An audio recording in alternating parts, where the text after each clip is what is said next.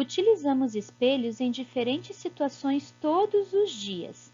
Mas você sabe como é feito um espelho ou você sabe quantos tipos de espelhos existem? Na videoaula de hoje, você aprenderá isso e outras características desses objetos. Os espelhos podem ser fabricados a partir de uma camada fina de prata ou de alumínio, com vidro no lado oposto. Geralmente, eles apresentam uma superfície plana, lisa, metalizada e polida.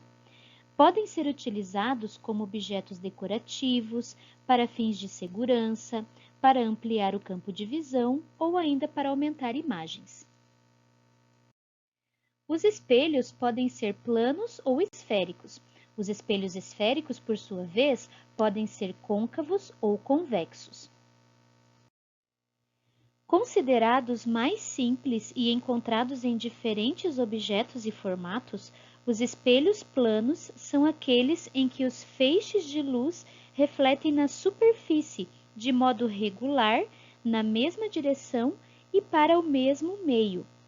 Um lago sem ondas, por exemplo, pode espelhar a luz independente do lugar. Quando aproximamos um objeto de um espelho plano, percebemos que a imagem dele também se aproxima. Assim, temos a percepção de profundidade. Nesse tipo de espelho, ocorre também a inversão do lado. Note que a pata direita do cachorro aparece no lado esquerdo do espelho. Os espelhos curvos, chamados também de esféricos, são aqueles que podem formar imagens diferentes de um mesmo objeto. A maneira como os raios de luz incidem nesses espelhos e a distância do objeto em relação a esse tipo de espelho influenciam na geração de imagens diferentes. Esses espelhos podem ser côncavos ou convexos.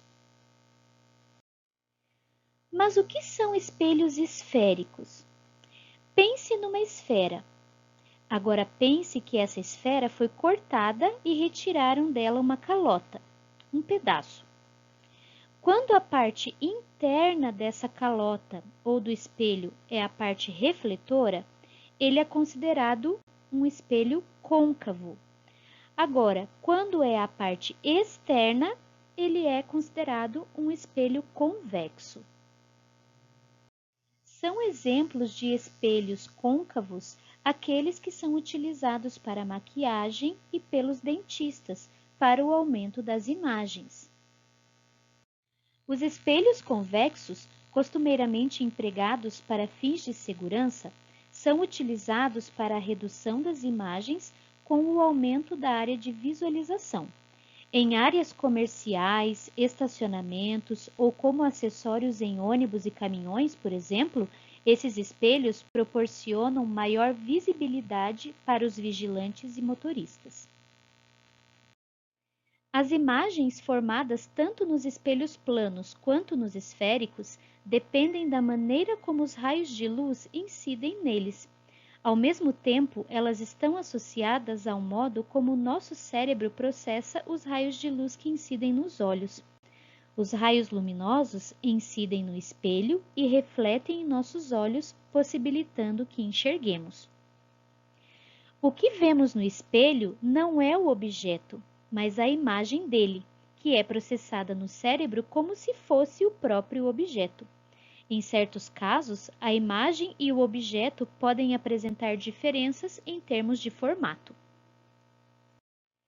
Você já reparou que na frente dos veículos dos bombeiros e nas ambulâncias os nomes aparecem escritos de maneira invertida? Por que será que isso acontece? As imagens formadas em espelhos planos têm uma inversão da direita para a esquerda e não de baixo para cima.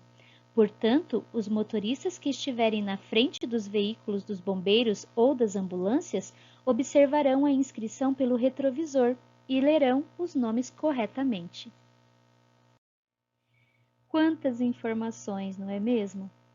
Mas não deixe de acompanhar as próximas videoaulas. Continuaremos aprendendo sobre o sistema sensorial. Até a próxima aula!